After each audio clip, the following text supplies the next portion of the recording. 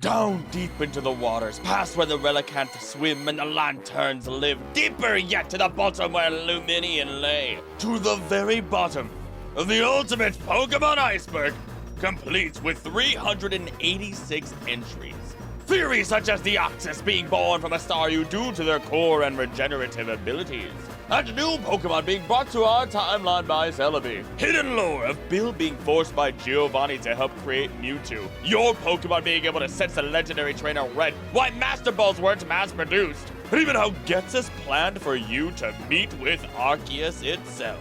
All of this and more will be explained now as we explore the very bottom of the ultimate Pokemon Iceberg! Howdy there, I'm Krillic, and welcome to the final part of the Ultimate Pokemon Iceberg. This has been a Herculean task, like I said at the very first episode, and while I am excited to dive down through all of these final rabbit holes, I am also excited to finally be done with this series once and for all. It's been giving me tons of ideas and different avenues to make other videos, and I'm happy with it, and I'm ready to move on, but not before I finish this. By the end of this video, I will have covered 386 different entries of information. If you haven't watched the other ones, do not worry. You can watch those later as they explore some pretty deep concepts, even though they're higher up on the iceberg. Speaking of, there are some entries here in these final two sections that I will not mention, as I've already explored them through the previous more shallow entries and digging deeper. I've explored all of these entries thoroughly, leaving no stone unturned, and if there are any concepts I could not or cannot explain on my own, then I will give credit to the original theorist. But I'm gonna be real, the majority of this bottom here, I've had to theorize everything and find every tiny shred of information on my own. You can find the link to the original iceberg image in the description below, and without further ado, let's begin with our first entry that I hope the YouTube does not get mad at me for saying, but Silph Worker was setting a bomb. On the second floor, a woman hiding from Team Rocket will at first panic as you address her before realizing you are not a part of the evil organization.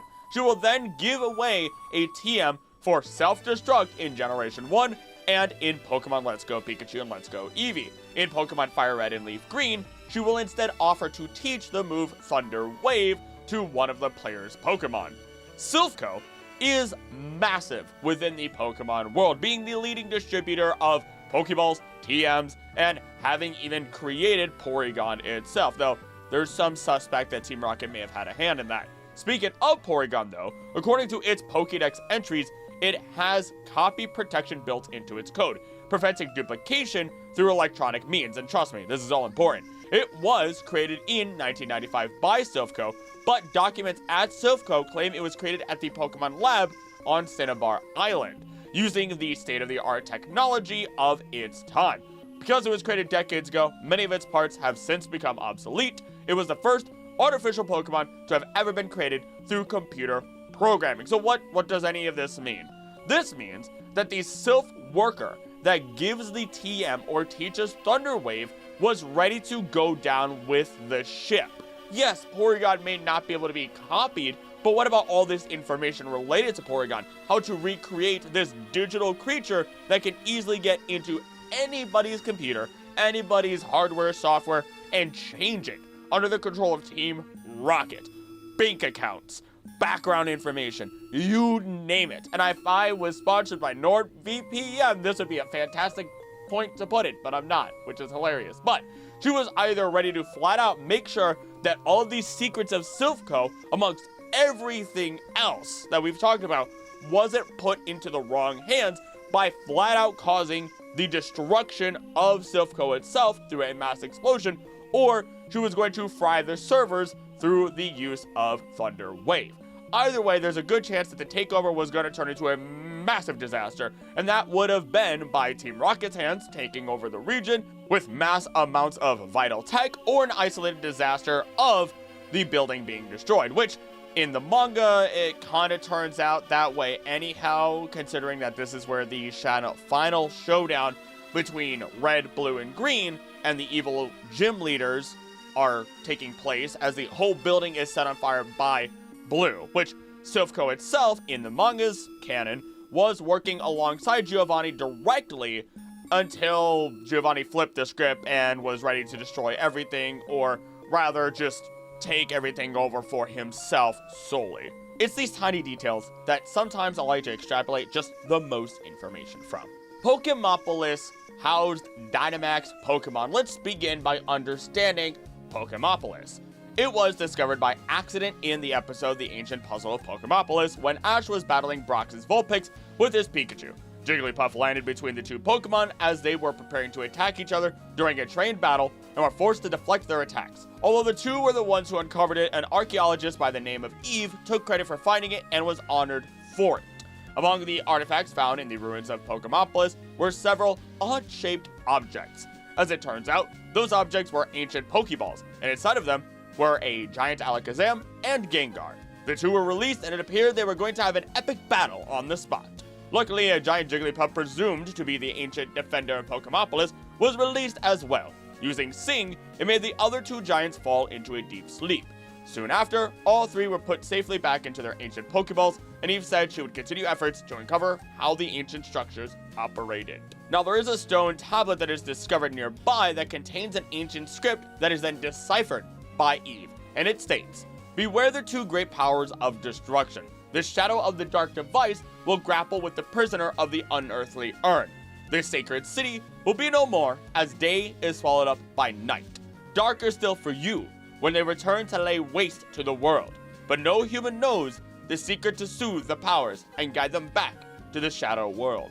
What actually helps this theory is that we already know that Pokemon don't have to be captured within Pokeball specifically. In fact, they can be captured in any container, theoretically speaking, as long as they are willing to be captured. That's why Apricorn Balls and modern Pokeballs work alongside these different types of containers that we find within the Pokemopolis episode.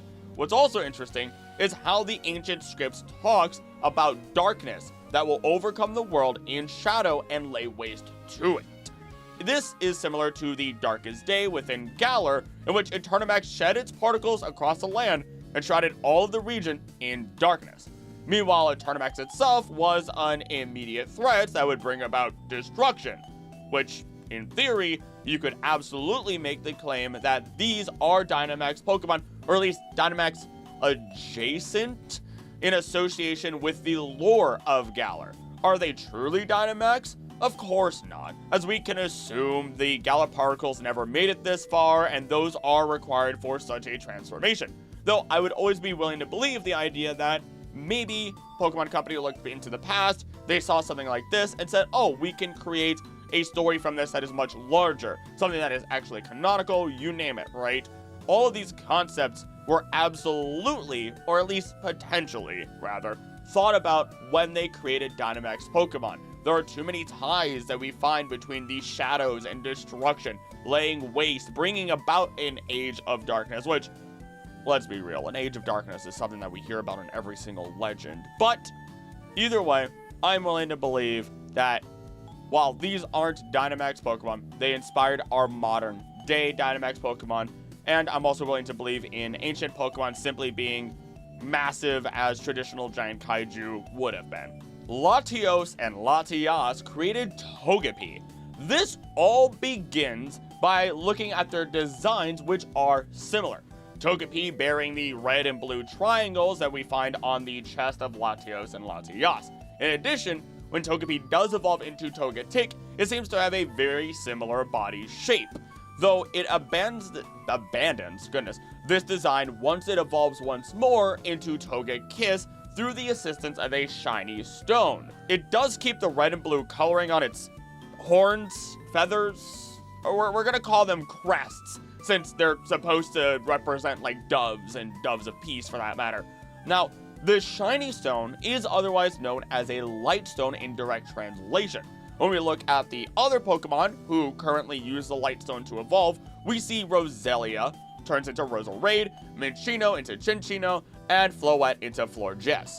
Roserade and Florges make sense as they are both plants that need light to evolve, but moreover, these two plant Pokemon need very, very clean environments and actively seek them out while also protecting them. We can also claim that Minccino needs it since a clean home will sparkle with light. Taking that idea into account, Togekiss is said to never be seen anywhere near conflict or turmoil. In recent times, they've hardly been seen at all, only appearing when peace reigns in the land. We can easily associate a peaceful time with a time of purity and light, the heavens parting to grace the lands, if you would.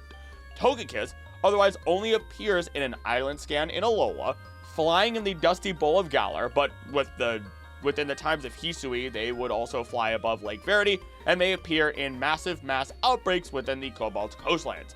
Not a lot to derive from there, other than them being more common in the past, or again in moments of peace. And Verity is where Mesprit resides, the Lake Guardian of Emotion, which doesn't give us too much information, but peaceful emotions, peaceful worlds, sure. Now, as we shift gears over to Latios and Latias, they are known as the Eon Pokemon, beings that live for an incredibly long amount of time and avoid fighting or conflict whenever possible. They're very conflict avoidant, especially considering their abilities let them just turn invisible. They have been shown to reside within a Pokemon paradise in Pokemon Horizons, which in fact we can find Togekiss amongst many other Pokemon there as well. From here, this is essentially completely up to us in order to draw a potential conclusion. We know that evolution through the stones does one of two things. It will either cause the Pokemon to be filled with energy and take on a new form, or it will simply speed up their evolution by giving them all the energy they need in an accelerated fashion. We know these are possibilities because we can find Pokemon in the wild who evolve without stones, but alternatively, we have Pokemon such as Gloom, which will evolve into Vileplume or Blossom dependent upon whether you give it a leaf or a Sunstone. And just to cover bases, the Sunstone is going to be different from a Shiny Stone or Light Stone, as we have technically different forms of light. One represents purity, the other one represents, like, sunlight, literally. Following this, we have found that evolution through the stones can have adverse effects. Roserade is more aggressive than Roselia, as it attracts prey with a sweet aroma, then downs it with thorny whips hidden in its arms. Roselia doesn't even hint at hunting for prey, just that it protects itself from anyone trying to take away its flowers. When Pikachu uses a Thunderstone to turn into Raichu, we have a more powerful Pokemon, but it builds up electricity easily, meaning that it has to discharge regularly, or it will become more aggressive. Even if we give Pokemon other items, such as Razor Claw instead of a traditional stone, it may result in more aggressive Pokemon, such as what we see between Gligar and Gliscor, though the opposite is also true. A Reaper Cloth given to Dusclops, a Pokemon that will absorb everything into its body without limit, will become full when given the Reaper Cloth and turn into Dusk Noir. And now it is seemingly a very peaceful Grim Reaper, or form of Fairyman at the very least.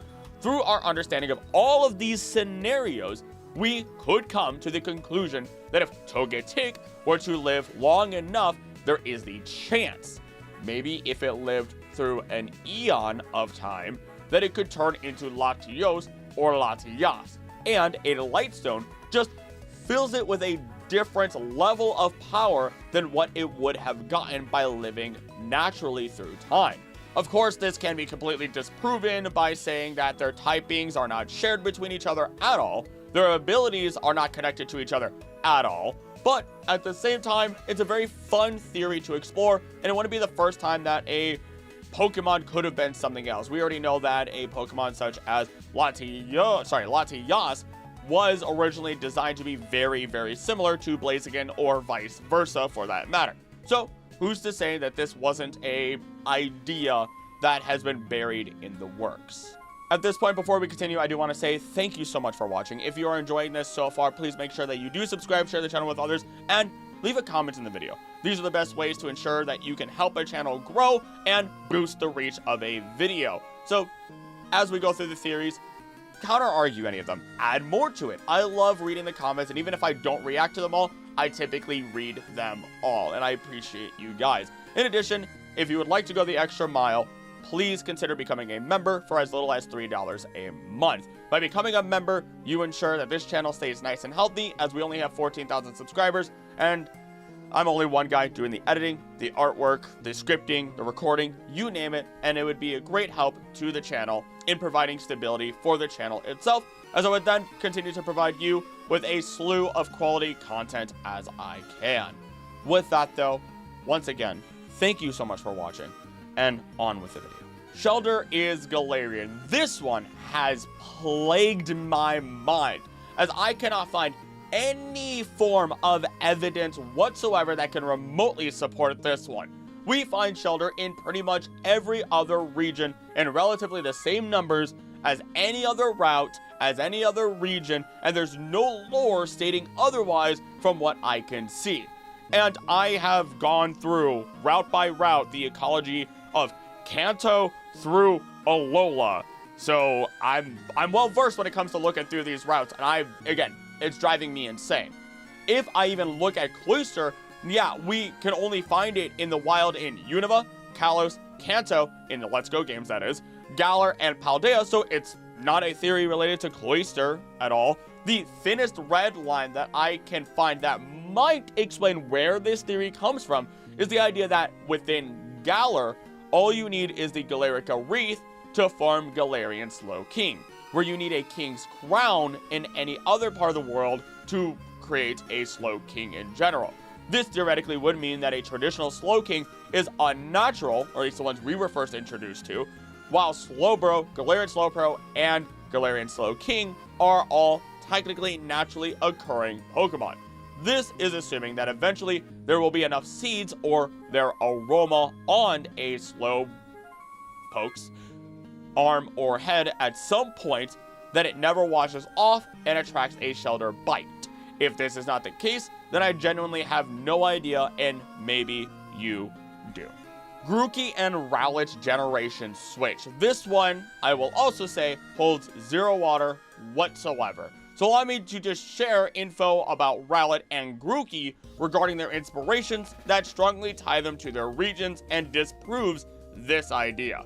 Rowlet itself, as you may know, is based on the burrowing owl that went extinct, but not just any burrowing owl, because when it does evolve into Decidueye as its final form, it is based on the Pueo owl, a common physical form of the Aumakua, ancestral spirits in Hawaiian culture, and I apologize to any people who are Polynesian out there, as I struggle with saying Polynesian words, or is it Hawaiian words? That, again, I'm a little ignorant when it comes to this, and please correct me. Though it also likely draws inspiration from another extinct owl known as the stilt owl. The only possible argument that could be posed against Rowlet being here in Alola is its Robin Hood inspirations, being that of English folklore. But I would say its extinct real-life counterpart, being so closely tied to Hawaii and its typing, is a much stronger tie. Meanwhile, Grookey, its connection becomes a ton more obvious when we consider Rillaboom and the overall inspiration of not just music, but drumming, and famous drumming in particular, and their ties to the UK.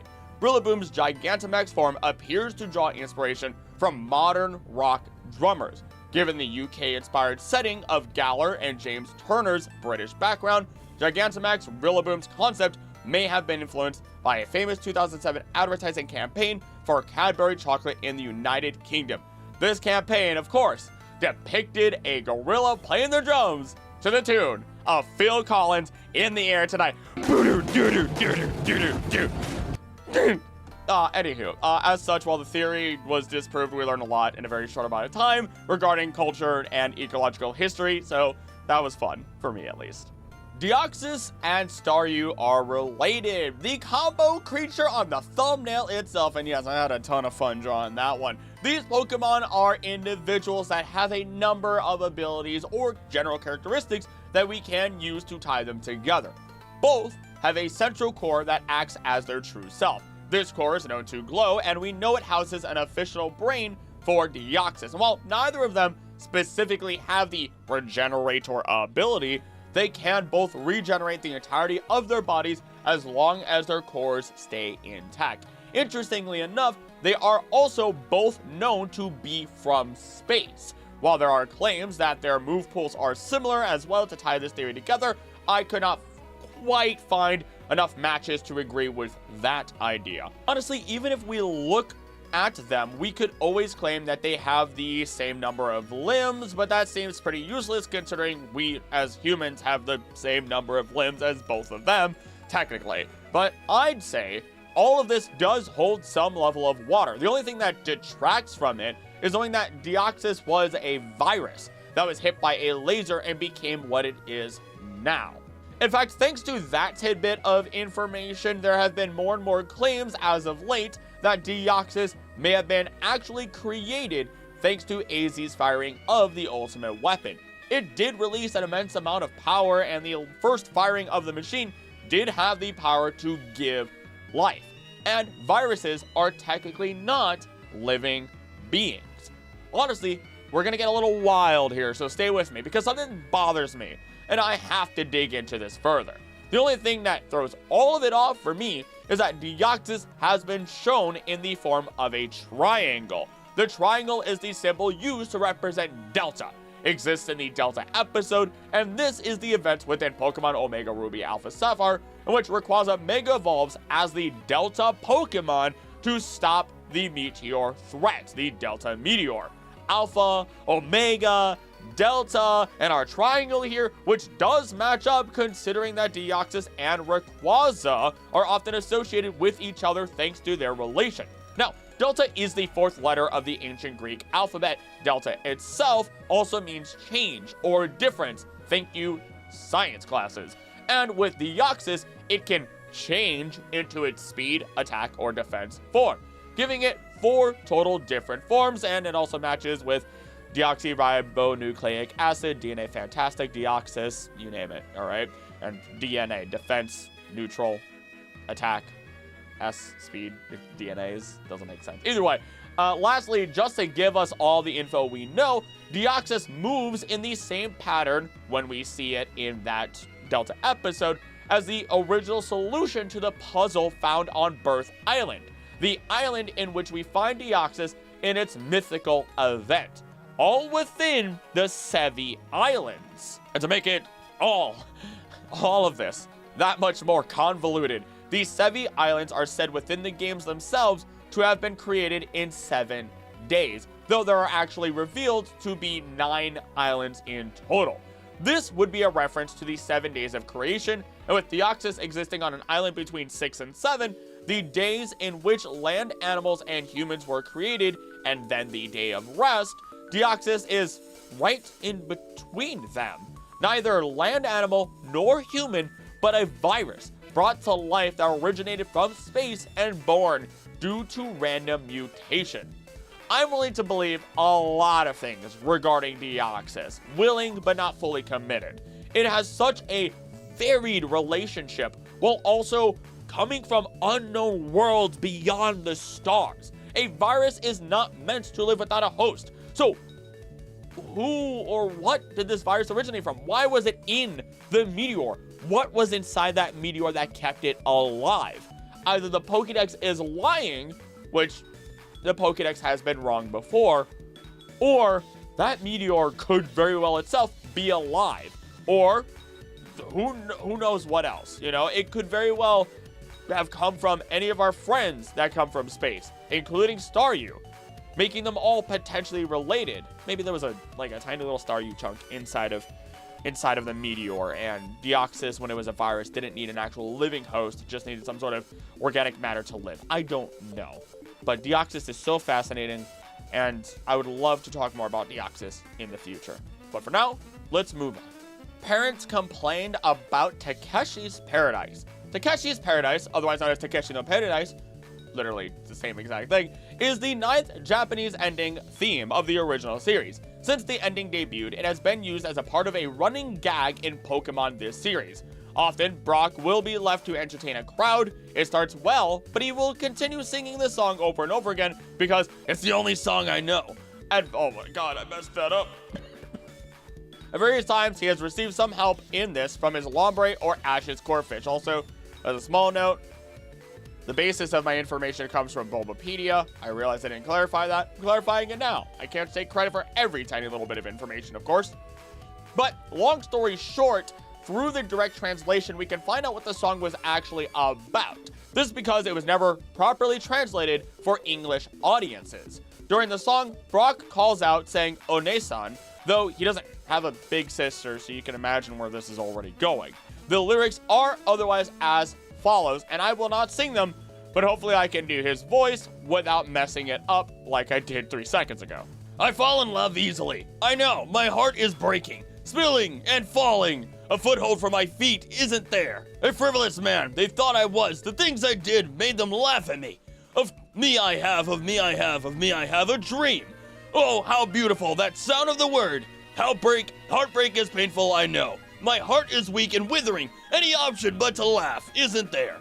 A man who never learns. They thought I was. My clownish ways made them laugh at me. And then it just kind of mostly repeats from there. This is just basically describing Brock's love life as a hopeless romantic that is girl crazy and doesn't know how to talk to women. He is a teenager after all, so, go figure. But now that we know what we're dealing with here, what would have insinuated that there were complaints? Well, there's plenty of imagery of him flirting around and being denied, along with him squiggling with joy every time he says "One-san." And while the song debuted at the end of episode 157, it was replaced by the previous ending by episode 163. We can make a number of claims stating it could have been his flirting, but another claim could be that since there was already fear that Brock was an accidental stereotype when the anime came out from Japan to Western audiences, that there would potentially be other offenses being made by having him depicted with maracas and a mustache. There's no official reasoning behind the change that I could find, but all I can say is this. I am Hispanic, specifically Puerto Rican, and while I can't speak for all Hispanics, and while the imagery is more towards Mexican descent, I personally don't really care. Personally, again, being a Hispanic, I don't speak for everybody. It wasn't in a negative light. It's fun, and it's weird to see that Brock and his maracas were even censored in future episodes when he sang his song. If anything, they're making a bigger deal than it needs to be, and give me Brock with his maracas. I love him. Ash's Pikachu is from Sinnoh. While I don't believe this one, it is pretty fun to explore, and it begins with the idea of looking at the Pokeball in which Pikachu is held within, having that little seal of the lightning bolt on it. This lightning bolt, or this seal rather, is something that would have had to come from further generations or a future region, the region of which being Sinnoh, where you can get seals on your Pokeballs. Pikachu is also confirmed to have been a Pichu that was taken care of by a Kangaskhan before everything that happened. It evolved and it arrived back at Oak's lab.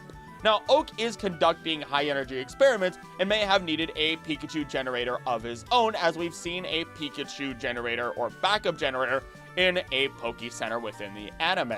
So, maybe he was outsourcing Pichu that he could eventually evolve into Pikachu for his very special generator. Then there's a chance that as Pichu was born and sent over, it left or was with somebody that was supposed to train it up. Either way, it got out and ran away. It lived its life with Kangaskhan and Kangaskhan Baby, and eventually it evolved and returned to the Pokemon lab. And having been a Pokemon that never really received full love and care up until that point by humanity even, it just received it from the Kangaskhan, it either A, never had that bond with humanity, B, feels betrayed by a human it once was with, and that would explain why Pikachu, despite Ash not gaining a badge, would go from not listening and being stubborn to listening so well and building such a strong bond, specifically after Ash risks his life to protect Pikachu from the oncoming Spearow swarm. What also adds to this to some capacity is that Brock is aiming throughout the first episode, or the first series for that matter, at becoming a Pokemon breeder, something that we otherwise do not see throughout Kanto at all originally, insinuating that it was something that was not established within the region. And finally, Pichu are not found in the wild at all. Assuming all of this would actually line up, then the possibility comes down to this. Oak needed a specifically bred Pikachu to help with his duties. Every Pikachu is placed into a specially sealed Pokeball with a lightning bolt on it. Oak gets some Pichu, one escapes into the wild, and this Pichu lives amongst the Kangaskhan until eventually it evolves into Pikachu and comes back to the lab. The only problem now is that this Pikachu is more experienced, and even if it isn't out of the level range for a trainer without a badge to lead, the Pikachu may not want to really be with another trainer or person at all, having lost its trainers. Especially since Ash is a bit arrogant and demanding early in the series, this makes the relationship more strained. He's a kid, he eventually learns, so not really a big deal. But in the end, Ash again proves that he cares for Pikachu by protecting him, thus turning Pikachu into a true ally. And while I don't believe in this theory itself, I can understand all the evidence that might lean towards understanding the possibility of it. Only one Team Rainbow Rocket. This makes perfect sense to me. Giovanni wins in his universe, and we know this because he even states how us battling him in Ultra Sun Ultra Moon made him feel weirdly nostalgic, but he can't quite remember why. This means that he did have that fateful showdown with Pokemon Trainer Red, but Giovanni won, meaning that he was able to take control of Mewtwo, rule over Kanto, Johto, and even go beyond. He would turn the world into his own personal empire with Mewtwo at his side, a Pokemon that would be stronger than anything found in nature. Eventually, Mewtwo would even gain the ability to Mega Evolve without the use of a Mega Stone, granting Giovanni even more power, making him truly unstoppable in his home universe, at least on the surface. But that's the kicker in the end. Giovanni wasn't done just yet. He's an intelligent and skilled trainer, meaning that with scientists at his employ, he would be able to find out about the possibilities of alternate universes. In fact, he likely found out because he visited Alola in his home universe. After all, this is when it would be revealed that Burnett is studying other dimensions and the inter-dream zone, the spaces between dreams and reality, and he would have absolutely gotten what information he wanted out of her and all the scientists and used that to his advantage. Giovanni would look through all of the universes and gather only the most successful evil organization leaders. Their success also leads to their own downfall, as each of them talk about the last thing they remember being moments before they drowned, were attacked by legendary Pokemon, fell into chasms, and more. Giovanni has effectively grabbed people who succeeded in their universes, saved them from their own success, and brought them into his new Team Rainbow Rocket. But why can't we just imagine and understand or come to the conclusion that there are multiple instances of evil leaders succeeding across infinite universes? Why could there only be one Rainbow Rocket? And I say it's because Celebi itself intervened, and we have actual proof of this. The Time Guardian that fixes time anomalies and intervened during the time in which Team Rocket was calling out for Giovanni to return. Celebi brings us to the past to not only witness that Silver is in fact Giovanni's son, but also have us step in to crush Giovanni's dreams once and for all and defeat him before he actually goes back to Team Rocket. Celebi knew what would happen if Giovanni succeeded, that he would travel between universes and potentially bring ruin to the multiverse. We can assume that Celebi traveled between every timeline in order to prevent the catastrophe that would be Rainbow Rocket. Yet, Celebi could not stop them all, and in fact, the only reason Celebi might know about it is because of that one Giovanni that did succeed. And that's why Celebi comes to the Heart Gold timeline and has us put an end to Giovanni before he can make it back to his team. Because Celebi has already seen it all once before, and it's too late to stop it. The right amount of skill mixed with the right amount of luck is all that Giovanni needed to become effectively unstoppable until we encountered him in Ultra Sun, Ultra Moon. And even then, when we defeated him, he only promised to leave that universe alone, as he then stepped into a new portal and disappeared. The Unown and Ultra Beasts connection. If you've seen the previous Iceberg, you might remember how in the third movie, we have a character named Molly, who has her father reading her book. In that book, we are told about a Pokemon sun god shining over a region with hibiscus flowers, which of course can all allude to Solgaleo and Hawaii. But what if it goes even further? Because in the storybook, that is said to be about legendary Pokemon, we see a number of other creatures or beings. Some people have claimed that in a fly-by-second, as the storybook turns, that we have Xurkitree, or a lady riding upon Xurkitree. Though it's just a spiky black and white mass being ridden by someone, it seems like it's just a creature covered in an aura, as it is being ridden by some sort of princess into an icy land. The next page, because I wanted to look to them all, it's a bit fairy-like in its design overall and its scenery, so maybe that could allude to the idea of fairy kings, fairy Pokemon, you name it. We then have the sun page, and then a monk in front of a page that depicts a mass of Unown in formation. And it kind of looks like how I would expect a Mega Unown to look like. It's a bit reminiscent of how our Be Not Afraid angels look, and then the last page just depicts a more majestic looking Entei. I cannot reasonably agree that I see any Ultra Beasts here other than our OG Solgaleo, but what I can understand and relatively agree with is the potential that Unown are opening up Ultra Wormholes or may potentially have relation to Ultra Beasts thanks to the effect and how they react to Molly and her father. Regarding Hale, her father, he claims he's been studying Unown for quite some time, but seems to be lacking a number of memories regarding them after all of his traveling between realms of existence. This is often synonymous with fallers, people who have traveled through ultra wormholes, and after some time between universes, they lose their memories, but don't lose their skills or abilities. And he may have alternatively gone quiet as to not remind Molly of her mother, who is no longer with them, and send her into a spiraling panic attack or depression, you name it. Now, the final piece that you could say adds to this theory is that during an interaction with tiles in the movie, Molly could not get them to activate immediately, but Hale's touch immediately causes them to react.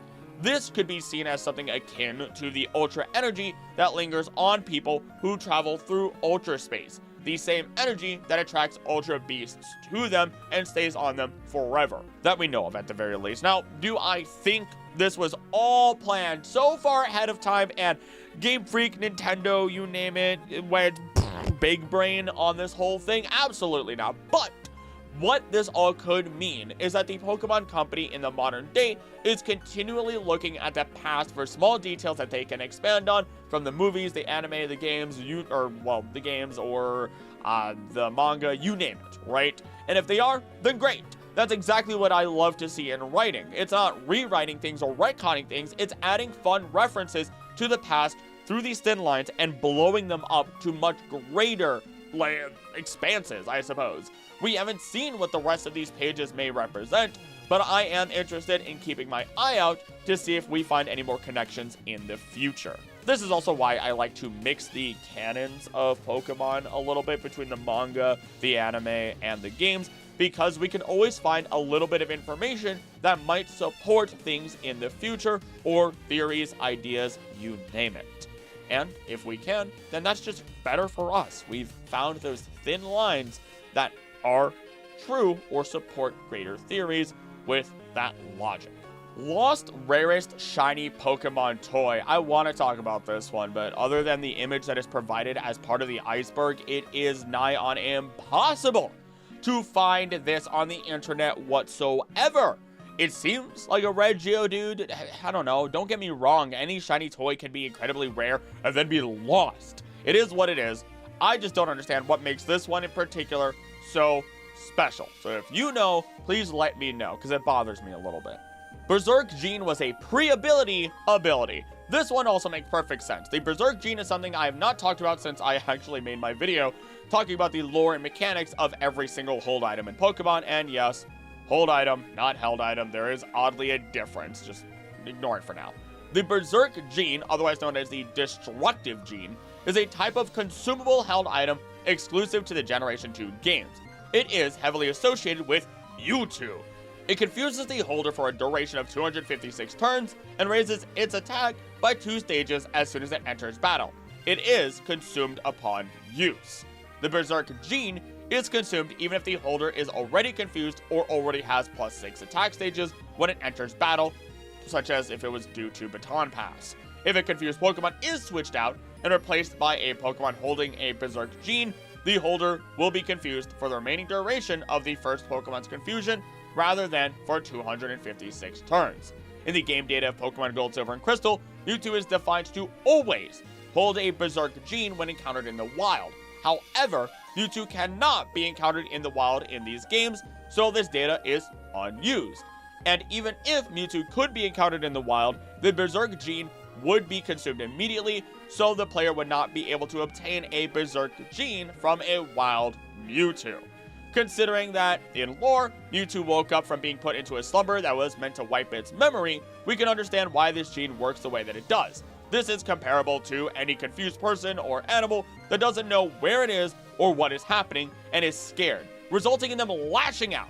It's an item that you can never actually have, and as such can be considered an ability of sorts, thanks to it originating with Mewtwo. The first ability, the Berserk Gene. Porygon 2 became Deoxys. Once again, a real left field theory, and while I don't believe it, I can see the connections. Porygon 2's evolution from Porygon was the result of it being upgraded from the most cutting-edge technology available. It was upgraded to work in space for planetary development reasons, although its inability to fly limits this ability. It is artificially intelligent and capable of learning new behaviors on its own, including information it does not need to know. It can also speak a strange language only other Porygon 2 can understand. Fantastic, the robots are getting ready to rise up. Exactly what we needed. Always make sure to say thank you to your Googles and your Alexas. As a result, though, it will sometimes perform motions or abilities that are not in its programming. It is generally found in computers or in labs and other buildings working with people. It can survive in a space vacuum, though cannot move very well in zero gravity. Now, without having to reread all the info on Deoxys, we can come to the same conclusions. Similar color scheme, Porygon 2 is technically not a living creature, as it originates from digital space and comes into our reality. And of course, you can associate viruses with technology. But before we move on, I would like to see a version of Porygon where it does actually evolve into Porygon 3 instead of Z, rather than, being this mess. Have it be a properly upgraded version, a Porygon 3 or some sort of Porygon Prime, even, if you would. I don't know what type of Pokemon it could be, but I'd like to believe I'm not the only one waiting for Porygon to receive its justice in its lore. Celestica and Draconid are the same tribe. Alright, I would explain this and anything else related to the Celestica or Draconid people, but I have two videos that dig incredibly deep into both of these groups of people. One is called The Divine Truth, and the other one is How the Draconids Control the World. I left 0 stones unturned, and there's some incredibly unexpected bits of information that I came across. This includes some other bits and theories that I'm not talking about in this video, such as the embedded tower being built by the people of Hoenn, which we know is true, more specifically the Draconids, how the Regis were sealed away by the Draconids, and understanding all of the old verses. It takes me actual hours to fully explain and explore all of those concepts and so much more, and you should definitely go watch those videos if you want to learn about this theory in its full. Dragon Force at Shamouti Island. This is a sentence that sounds so incredibly made up, but allow me to explain. The Dragon Force is introduced in a storybook within the Victini, Reshiram, and Zekrom movies, read by Mans. He explains how the Dragon Force was used by the people of the Vale to cultivate their land and bring the people and Pokemon together in peace and prosperity. However, the twin sons of the king of the people of the Vale, that is just king of the people of Vale, why are there so many thes? I'm sorry, began fighting and started a war. Once the war was over, the two brothers realized that their fighting caused the Dragon Force to go wild and began destroying everything. Seeing the destruction the Dragon Force caused, the king used the power of Victini to move the Sword of the Vale to the location that would eventually become Eindhoven Town. This managed to keep the Dragon Force under control, but the king died from exhaustion soon after and accidentally left Victini trapped inside of the Sword of the Vale's barrier. Guys, you're coming back for me, right? I'm not going to be stuck in the sword for the rest of eternity, right? Years later, Damon, in his attempts to restore the land his people once lived in, took control of the Sword of the Vale and attempted to move it back to its previous location. With the plug keeping the Dragon Force in control taken out, it began to go wild once more. Regretting his actions, Damon, with the help of Ash and Victini, managed to stop the Dragon Force by absorbing it into the Sword of the Veil and then redirecting its power into space. Oh, poor Deoxys. Why any Pokemon that lives in space needs to watch out. Humanity is moving meteors, sending ultimate weapon beams, and shooting out Dragon Force beams into the universe. No wonder Pokemon keep coming to the planet and trying to kill us at this point. The Dragon Force is based on dragon veins, a concept in Feng Shui, oh my goodness, I'm embarrassed, referring to the channels of energy that flow beneath the terrain. What this might also mean is that when we look at the basis for life through the elements, that dragon may actually be one of them. You might be familiar with earth, fire, water, air, the avatar, you name it. If you look at other cultures, mainly Eastern cultures, you may find that nature or wood is an element, lightning is another, or in this case, within the Pokemon world, we find dragon as a potential basis of life. It is an ancient typing, and there are Pokemon that used to be dragon types, so it makes some level of sense. But how about we look into Shamouti Island, then bring it together? Now, I've talked about it before, but as a reminder, Shamouti Island, otherwise known as Earthia Island, Arceus Island, and Asia Island. Wow. We have Asia, India, we have a Southern American continent that I can't remember off the top of my head. There's just a mixture of all these real worlds within the Pokemon world.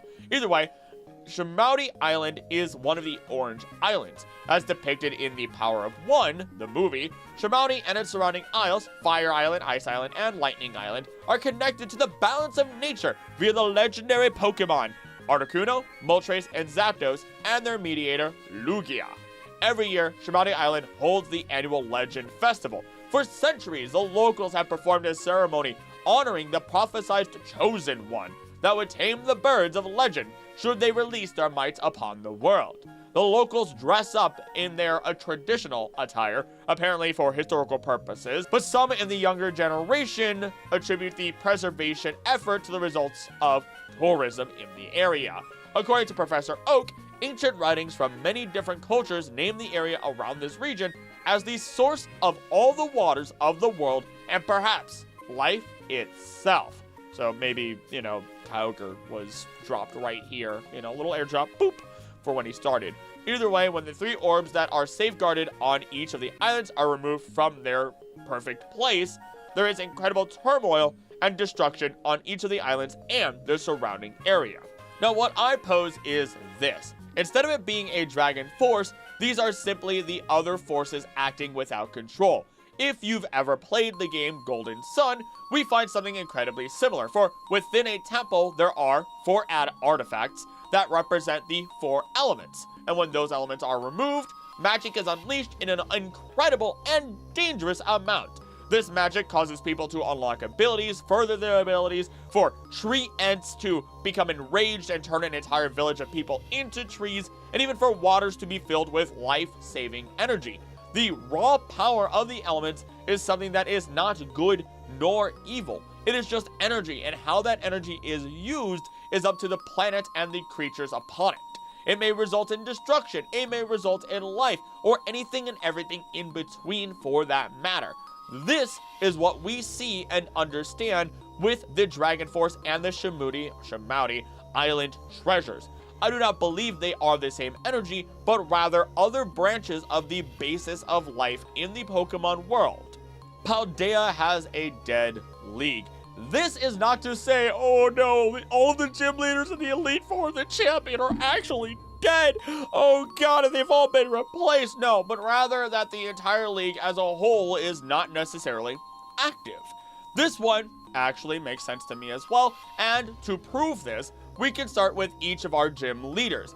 Katie, the bug gym leader, simply runs a bakery, though that bakery is known throughout all of Paldea for its goods. Brassius is the definition of a starving artist on the surface, but it turns out he had gotten incredibly sick and is just getting back on his feet. Iono is a streamer who we have yet to see the full influence of, but we can assume that she does well, considering her entire city, Levincia, is covered in ads literally everywhere you walk. Though that might also insinuate that she might be desperate for more money and she's putting ads wherever she can. Kofu runs a restaurant, and those are always labors of love. The money that you get out from it is the money that you pour back into it, day by day. Larry is a businessman, a gym leader, and one of the Elite Four. He is by far the most maddeningly overworked individual in any Pokemon game. Rhyme took over as gym leader when her twin Time left and became a teacher at the academy. Meanwhile, Rhyme herself is said to be world famous in the rap scene, also one of the best gym leaders out there, just saying. Tulip manages multiple upstarting businesses while being a model, and Grusha had to retire from being the second best snowboarder in the entire world after an injury he could not recover from. This is arguably the most job-centric league that we have ever had, where their jobs are unrelated to their roles as gym leaders. As we move away and into the Elite Four, we have Larry again, Hassel, who is an art teacher at the academy, Rika, who is the assistant to the champion, and Poppy, who is considered one of the strongest trainers in the region despite being a child. Though I will admit, there is an important distinction throughout all of the games that the strongest or most skilled trainers are separate people. Meaning Poppy is essentially the human form of a Tinkaton, which is really funny considering she does have a Tinkaton as her ace. Then finally we have Geeta, who is stated to be a champion mightier than any other. Cynthia and the fan base have a lot of problems with that one. But joking aside, that is again related directly to potentially strength, I assume. She also has a more hands-on approach, even inspecting every one of the gym leaders personally to ensure quality and improvement until she tells us to go do it for her. Each of the league members have their own opinion of her management style, of course, but that is fairly irrelevant to this conversation. We also know that Nemona far excels Geeta in terms of being a Pokemon trainer, which will bring me to something that I need to debunk right here before we continue. We are told that we are one of the champions, and that is something that most people are not used to hearing. You are a champion, not the champion. Even back in the early days of Pokemon, that was originally the case. We are informed in Pokemon Let's Go that they recently changed the rules before we attempted our championship, and how originally it was just the Elite Four without a final test of fighting against a champion. In addition to this, we have knowledge of people becoming champions in different regions, but not staying to reign as the champion, meaning there are far more top-level trainers out there. This in turn allows us to debunk this specifically as a reason for why the Paldea League may be dead. What's interesting about Geeta is that she is not only called the top champion, but she also serves a role as a chairwoman of the Pokemon League. This is vastly different when compared to every other region, because the Pokemon League is typically considered an entity that organizes the actual battle leagues within any given region. This just means we have stuffy businessmen telling the gyms, Elite Four, and Champion how to function, or even if they are allowed to form a proper regional league. So if this is true, then why are they mixed together into one entity, potentially within Paldea?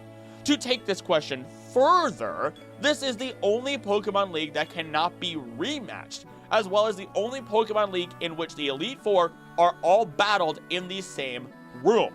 The only way you can rebattle them is through completely separate events apart from the main challenge. The championship assessment is located in a small building that is located close to the academy. Reassessment happens, a plethora of work is happening for every member of the league, and there's even a joke that could be said about repairmen being too busy to even fix the bell to tell when Elite Four members should be entering to challenge you. It's almost as though the league is not the sole focus of Paldea, and it's not. We don't have a dead Pokemon League. In fact, we have exactly what we are presented with. A region in which people can find their treasure, whether that be through battling for championship, or seeking the Herba Mystica or other oddities in the world, or building your connections with others. While we only truly get 3 pathways to choose from within the game, it is at least insinuated that the region has its strongest focus set up in an academic-centric system that encourages the growth, development, and advancement of individuals through guidance and centric interest-based motivation. In other words, if you want it, they give you the tools and you go to reach your goal with your own discipline and motivation. And who knows? By the end of it all, you may or may not get what your goal is. You might find new goals that will make you feel whole and happy anyway, and that will be your treasure. And honestly, that's life, baby. That's how it works. I didn't mean to swear there. Hoopa knows Emerald is a unique. This is a weird one, but follow with me. Emerald is a boy from the Pokemon Adventures manga, and while I'm not going to dig hard into all that background lore here, I am going to bring the most important and relevant pieces of intention forward.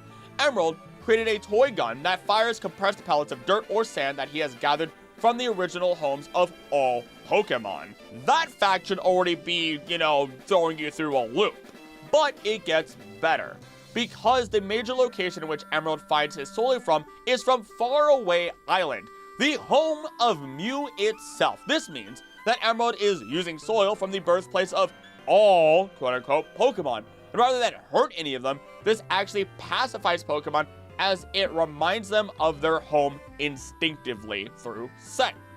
Hoopa suddenly appears one day before Emerald. The reason for this is still unknown as of this day, but there are some incredibly important details that happen here.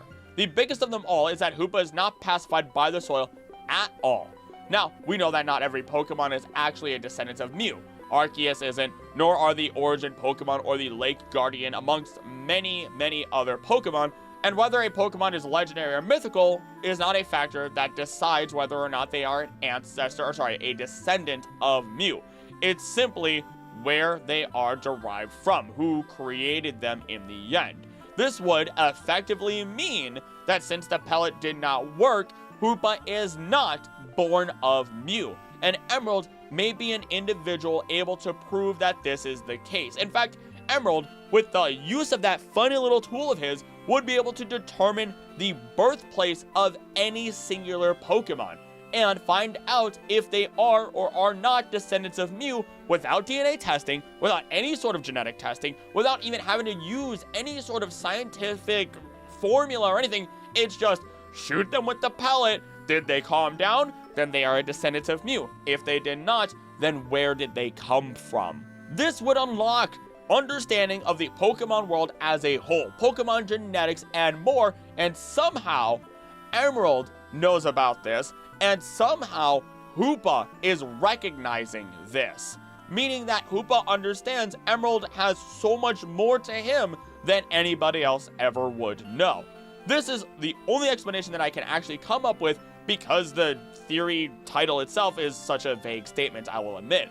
We don't even have a confirmed home of Emerald, so I can't even dig into his homeland to find additional answers, meaning we've discussed everything we can, but at the same time, what if Emerald himself may be a direct descendant of Mew? I mean, we know that humanity as a whole and Pokemon used to be one singular being.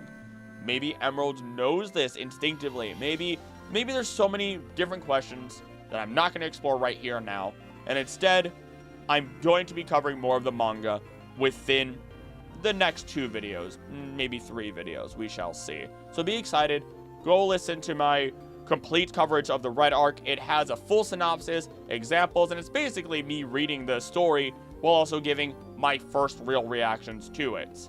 And the manga is by far one of the best ways to experience Pokemon, as it has revived a number of different things that excite me within the world and brought out a lot of questions. So, with that, let's move on to the next theory, being that Team Rocket breaks the timeline. This is directly referencing the anime, not the games. This is also not related to directly breaking timelines to my knowledge, though they've almost done that a number of times thanks to other evil organizations who are also getting involved with their hijinks. Despite this conclusion, I cannot find a single instance in which they truly mess up the timeline more than Ash has through not aging, but also traveling between all the different regions and still having their entire collection of Pokemon. Everyone kind of breaks the idea of time in the anime. It's not much to talk about unless I am missing something major I don't know about. Again, as always, if I don't know, let me know.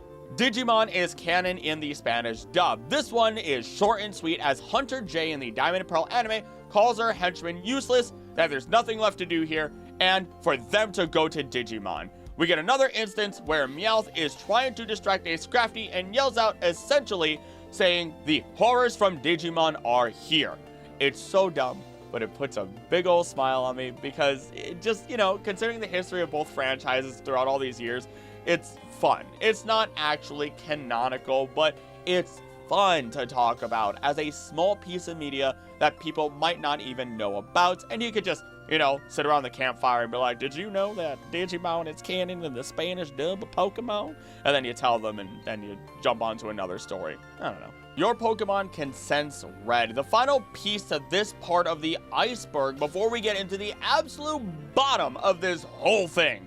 In Pokemon Heart Gold Soul Silver, your Pokemon can follow behind you. Not only that, but you can interact with them and see how they're feeling. Depending on the location, their health, how much they like you, and what Pokemon they are, they have different interactions or flavor text that can occur. This is where lots of memes are born through art, as people have drawn Lucario suddenly giving you a hug, only for you to be stabbed by the spike on its chest, or for Dialga to do the same and crush you.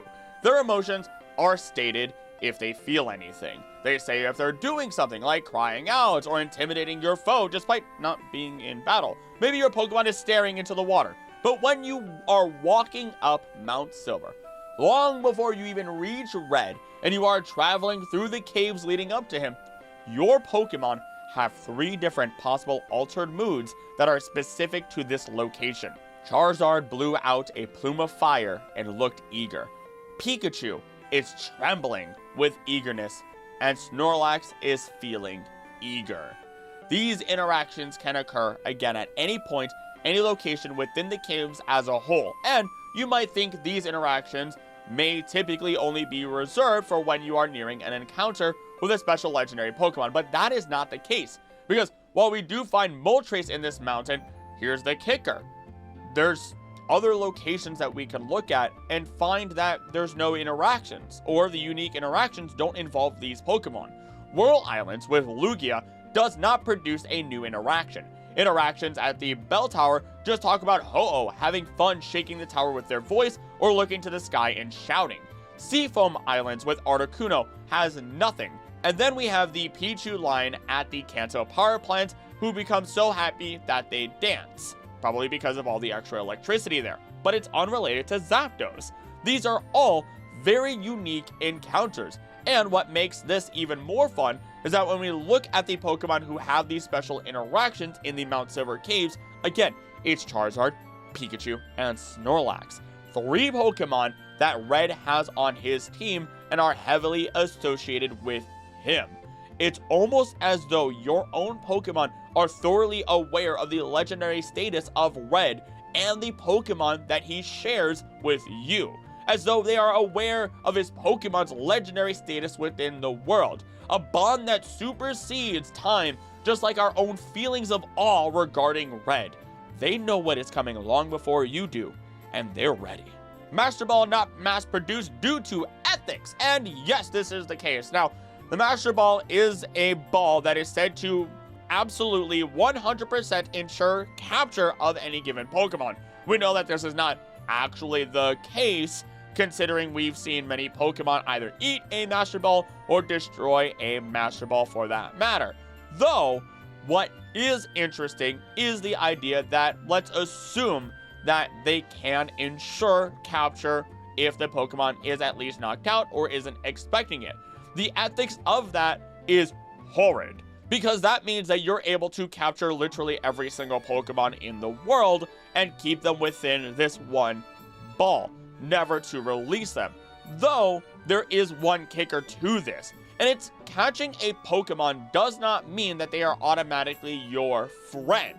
You've only captured them. There's the chance that you could adjust the Master Ball even more to mess with the mind of a Pokemon, which is what Team Rocket would do anyway, or any other evil organization. But again, it doesn't make them your friend. They aren't forced to obey you. The closest you get to that is through the Pokemon Rangers, who, the original creator behind the Styler, did not want to capture Pokemon. He wanted to be friends with Pokemon. So, the Styler does just that. it allows a Pokemon Ranger or anybody using it to make friends with a Pokemon. You don't capture them. Whereas the Pokeball just captures them and doesn't make them your friend. And eventually, you release them anyway. So while a Master Ball was not mass-produced due to the ethics of basically forcing a Pokemon to stay in a small prison until you release them, at least we would know that in a universe where if that were to happen, everything would be okay in the long run, unless, you know, the Pokeballs never break down and the Pokemon can never actually escape. Blue joined Team Rocket. Yet another conspiracy theory, but a fun one that is at least semi-believable. Our wonderful rival, the legendary Blue, the person who somehow always manages to stay one step ahead of us at some point, joined Team Rocket. We start by looking at Nugget Bridge, a place where after dealing, or rather defeating, a number of trainers, we are asked if we would like to join Team Rocket. We deny and move on with our lives after the battle, though this is not to say that Blue did the same. When we see him, before we go across the bridge, he comes to us from the other side of the bridge and says nothing about the Team Rocket individual. And what's most interesting is that throughout the battles we have with him, we see him gain a number of different Pokemon. But it is here in Cerulean City that he gains a Rattata, a standard issue Pokemon for Team Rocket members. Blue could have been offered this position and taken it out of curiosity. He could have done it for that promise of power. He could have done it because he wanted to have a backhanded way of fighting against Team Rocket when the time came, allowing him to have been on the inside already. I personally doubt that Blue would have joined due to nefarious feelings and that this was all part of a strategy. After all, Blue has always been depicted to be just as, if not more, intelligent than Red. It's just that at the end of the day, Red was able to learn from Blue and reach a singular inch further and claim the championship title. I, of course, am primarily referencing the Pokemon manga here, but it holds water. As we continue to look at when we encounter Blue throughout the game, we see him on the SS Anne, where there are no Team Rocket members, yet in every single other instance and every other version of this ship's appearance, Team Rocket is using it as part of their evil plans. Whether that be smuggling Pokemon, taking the ship over in general, you name it. Instead, it's just Blue, his Raticate, and then a member of the International Police. And he does specifically state he's tracking down Team Rocket. After this battle, we don't see the Raticate anymore, as the next battle is in the Pokemon Tower, the place where Pokemon are buried. Your knee-jerk reaction is to say that his Raticate died. I instead bring a new theory to light. Blue was genuinely a part of Team Rocket, and with his power, he was supposed to take over the SS Anne, but decided against it. He was given the mission, and he immediately knew that he would not be following through on his given plan. But he would say that he did, or that he failed, and follow other members of Team Rocket to Pokemon Tower and any other additional locations that we find them. Because for some reason, no matter where we go to find Team Rocket, we find Blue there already. And that includes our encounter at Silph Co. This encounter within Silph Co is arguably the most interesting of them all because Blue states, word for word, "Oh, so you are ready for Boss Rocket." Of course, alluding to Giovanni himself. Why would he call Giovanni Boss Rocket? Why would he bother keeping it secret? Why would he challenge us in such a key moment? Why is he aware of the boss being up ahead? It's all because Blue knew all along that the boss would be here. All because Blue was essentially a double agent on the inside. If we had lost the battle, Blue theoretically would have healed up his Pokemon and walked into the room ahead to take on Giovanni himself. But we won, catching Blue by surprise and allowing us to face Giovanni instead as per our storyline. I've always functioned on the idea that Blue, or Gary Oak, whoever you really want them to be called, has been consistent. They're intelligent, incredibly skilled, but so arrogant that they are rigid in their thinking, and that is the primary reason behind why they lose any given battle early on. He sees himself as above others in terms of skill, but he never sees himself as above others in terms of life itself. In the end, he does care about people and shows respect to others where it matters most. If we apply that to every situation, we can find that it is entirely possible that Blue joined Team Rocket as a double agent to try and take it down from the inside from the very second that he heard about it. The first dead faller. We get to talk about fallers one last time within the entirety of this iceberg, so let's remind us both what's going on with them. Humans that have been passed through an ultra wormhole, such as Annabelle or the player in Alola, have something changed about them. These individuals being labeled as fallers by the international police. As a result of being exposed to large amounts of energy that pours from ultra wormholes, ultra beasts that find themselves in the same world as a faller will relentlessly hunt them down, seemingly smelling or sensing the residual energy and coming to the conclusion an ultra wormhole awaits to take them home. This residual energy appears to be the same type of energy that Totem Pokemon and Z moves use, Z Power. Because of a faller's effective ability to lure beasts, or ultra beasts, the international police utilizes fallers, typically without their knowledge, as bait to destroy the ultra beast. Examples of this include an unnamed female faller who accompanied Looker and Nanu on a mission 10 years ago prior to the events of Pokemon Sun and Moon, before the duo found Annabelle. This event had led the woman into losing her life from the ultra beast. During the Looker episode, Annabelle has been used to lure away each ultra beast during any given mission. Annabelle eventually gets worn out, and Looker misdirects her in hopes of preventing the same disaster that happened 10 years prior. Aware of the scenario, Looker asks the player to help in catching the ultra beasts. The list of people who have been confirmed as fallers within all forms of media are as follows: Annabelle, Elio/Celine, which is main character, Guzma, Lily, Lusamine, Mon, and then in other media, we have Annabelle again, Guzma, Liza from, Tate and Liza, who has a Celesteela, Lusamine, Professor Willow, Sun, and Moon from Pokemon Adventures. And I will note that the following is the case with Liza, as per Bulbapedia. Liza is not seen owning a Celesteela outside of the Pokemon Masters game, though the pair may reference Tanabata, an annual celebration in Japan occurring every summer, also known as the Star Festival. Celesteela may reference the bamboo trees to which people attach notes with handwritten wishes on them during Tanabata, and Celesteela's dex entry comes from the Pokemon Ultra Sun entry. As such, all these individuals can theoretically be confirmed to not be the fallen or the dead faller. Nevertheless, the international police has caused the death of an individual, but who could that individual have been? The only other bits of information that we can pull from is that she was likely eaten by a Guzzlord, and she wasn't trained for combat. Otherwise, we have no real leads, but we can always speculate, can't we? What if we said that she wasn't trained for combat under the international police, but wasn't a helpless individual? Because within the Sun and Moon games, there's one person that feels like we're truly missing them from the franchise. We get to meet Red and Blue here in Alola after all these years, grown up, but no Green. We get to finally see her in Pokemon Let's Go Pikachu and Eevee games, and she is shown to be a skilled trainer similar to Red and Blue, but she is otherwise entirely absent.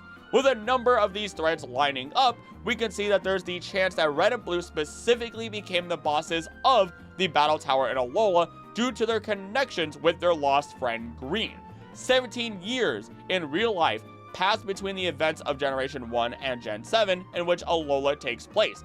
It's reasonable to say that a roughly 20-year-old Green, who doesn't have any memories of her past, could have been the victim of the Guzzlord incident, having lost her Pokeballs in the Ultra Wormhole transportation process, especially as we have Giovanni jumping between the multiverse and accidentally helping cause additional fallers to appear. Overall, it's just a fun theory to think about. Altering Cave is meant to be a teleporter. Altering Cave is a mysterious cave found in Pokemon Fire Red and Leaf Green and Pokemon Emerald. Only Zubat can be found in it, though it would have been possible for Altering Cave's wild Pokemon to be altered using a mystery gift at a Wonder Spot, hence the cave's name. But this data was never distributed. there is a list of Pokemon that would have otherwise not released thanks to the mystery gift never being distributed, but thanks to the Safari Zone and Artisan Cave, every Pokemon can be encountered. In addition, all of their evolutionary lines are available in Pokemon Coliseum as Shadow Pokemon. The Pokemon that we do find are Mareep, Aipom, Pineco, Shuckle, Teddiursa, Houndour, Stantler, and Smeargle. This is also the only way that Berry Juice could have been obtainable within Generation 3 if the Shuckle could be spawned in Altering Cave, but it couldn't, thus making it impossible to get Berry Juice in Gen 3. Now, this cave is found on Outcast Island as part of the Sevi Islands, and it is said that it has had this name since the distant past, but nobody knows how it got its name. What we honestly might be able to suspect is that it is in fact some level of teleportation system, but not through technological means, but rather by the power of Celebi. I say this for two reasons. One is because the Pokemon we find are shared through Fire Red, Leaf Green, and then Emerald, meaning we have Kanto and Hoenn for the regions in which these Pokemon are shared. Then we have all of them being found as shadow forms within Pokemon Coliseum. While Celebi is not associated with these regions, Celebi is essential to the games in which we find shadow Pokemon due to its ability to reverse the effects of becoming a shadow and opening their hearts to purify them. From here, we could potentially assume that these could be any of the rescued shadow Pokemon that were purified and transferred to a safe home, and Altering Cave is one of those safe homes. There is a third Mewtwo, and here we go, because let's break it down. We have OG Mewtwo, then we have the distinctly feminine voiced Mewtwo in the Genesect movie. We have the robot Mewtwo called Mecha Mewtwo, which wasn't actually a Mewtwo and was in the live action play. Then there's Shadow Mewtwo, which is one of the other Mewtwo's from our understanding. But then we have the final Mewtwo that makes people think there is a third one for sure. And it would be the one that Go and Ash met while they were searching for Mew. This encounter made a lot of people very confused, even myself when I first researched it a couple months back. But this is way more clean cut than it seems on the surface. When Go and Ash meet Mewtwo, that Mewtwo doesn't seem to recognize Ash. What is often not clarified is that Mewtwo just doesn't acknowledge Ash, considering their past together when you read synopses of this event. We'd expect there to be a big moment of recognition, or in moments where they can at least talk about their last encounter, how things have changed. You know, the encounter in which Ash was there to help with Genesect, or when Ash changed the original Mewtwo's way of thinking, but nope, neither of these moments are brought up at all. I don't think this is indicative of a totally different Mewtwo being here in this episode. I mean, even when you meet someone after a long time of not seeing each other, do you just bring up random moments of your past? Not immediately, and usually not when there's a mission at hand, something happening, or there's new individuals with your friend. Mewtwo would understandably also be very weary around humans. After all, we could say less than half of the humans it ever met were good people that didn't try to hurt it out of malice. With that, I feel like this case is pretty open and shut, and it doesn't have any confirmation or denial truly that this is a different Mewtwo, and that I personally do not believe that there is a third Mewtwo. How awkward would it be if every time that you first meet someone again after, you know, all these years being separate, you're like, hi, remember that time that you saved my life, or you punched me and I almost killed you? That's a great thing to bring up in front of somebody new, right? No, and it's not. Silver and Giovanni are not blood related. This all comes down to literally looking at their blood types. Except in very rare cases of genetic mutation, a person with type O blood cannot produce a child with type AB, regardless of the other parent's blood type. Since Silver's blood type is listed as AB, and Giovanni's blood type is O, this means it would be nearly impossible for Giovanni to be his father in real life. Nearly impossible. But those are statements within the manga and may have been a mistake.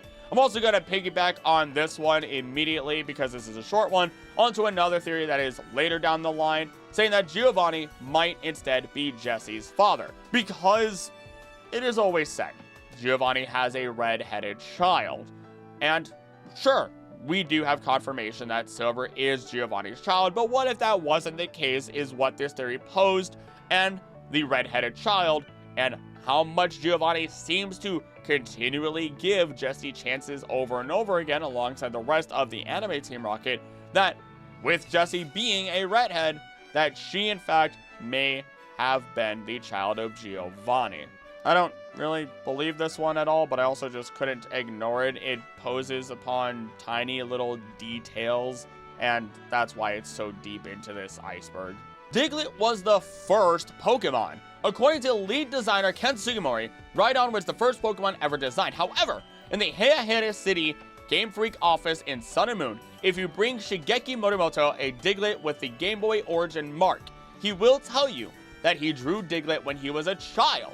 You know Diglett, right? It's actually basically just a character that I had made up when I was a little kid. I even drew up a flipbook featuring it then.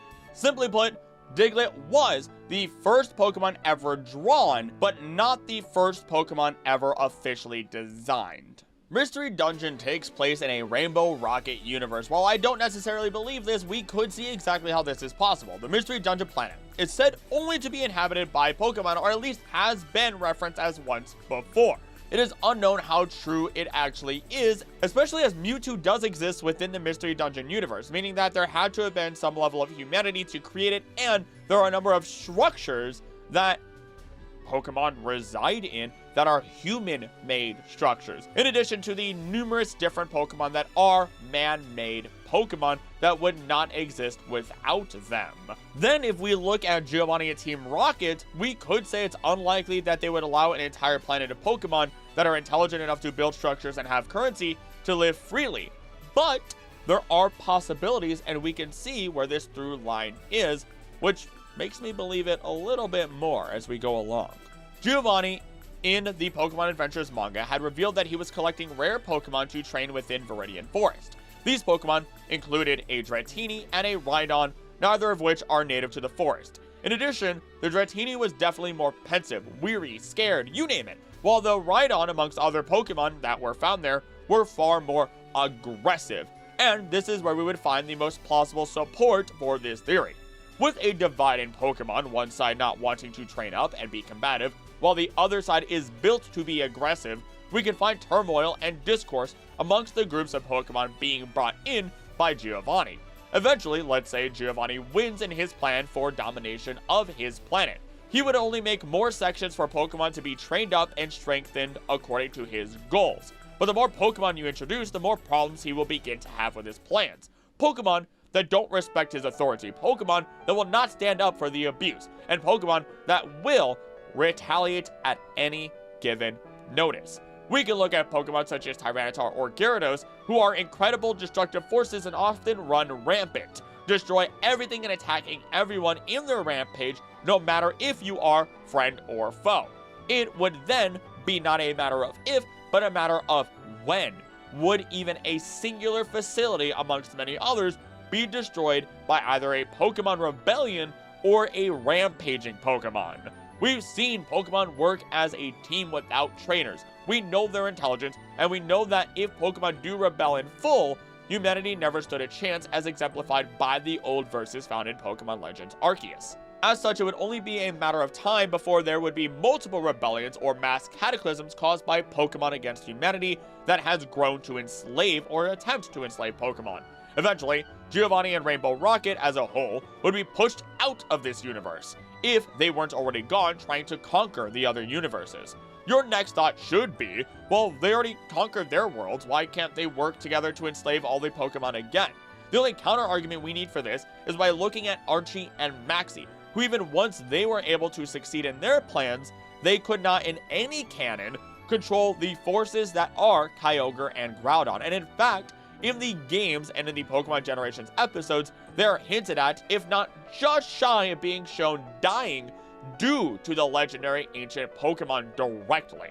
From here, we can only imagine what Pokemon such as Rayquaza, the Origin Trio, and even Arceus would do, because in no instance does any individual retain perfect control or power over these legendaries or any others. Even if they did, it would not last long, as it would lead to their death due to strain.